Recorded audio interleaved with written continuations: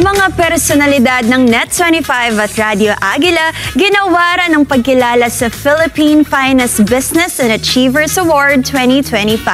Si Vin Pascua sa detalye ng balita. Muling kinilala ang husay ng Net25 at Radyo Agila matapos humakot ng parangal sa ginanap na Philippines Finest Business and Achievers Awards 2025.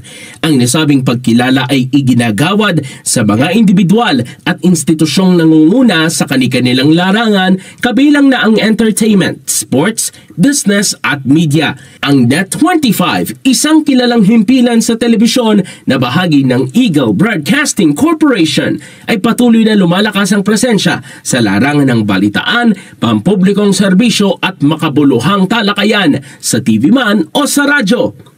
Tatlo sa kanilang mga personalidad ang tumanggap ng mga prestihiyosong pagkilala. Si Erlo Bringas, reporter at host ng programang Checkpoint 1062 sa Radyo Agila, ay ginawaran bilang Best Host Reporter in the Philippines.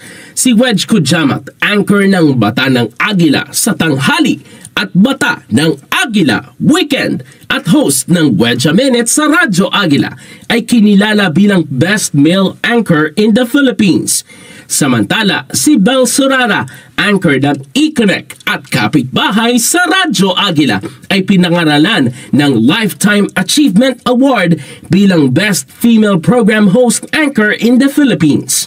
May tulong ba sila sa community at kung mayroon ba silang presence sa social media? So yun yung natin, mga category natin. Sa mga ka-Radyo Agila natin dyan, sa mga ka-netizen at sa mga kasama natin sa Net25 at sa mga taga-subaybay po ng Mata ng Agila Primetime at Checkpoint 1062. Para po sa inyo to, hindi lang po ito para sa akin. Maraming salamat po sa suporta.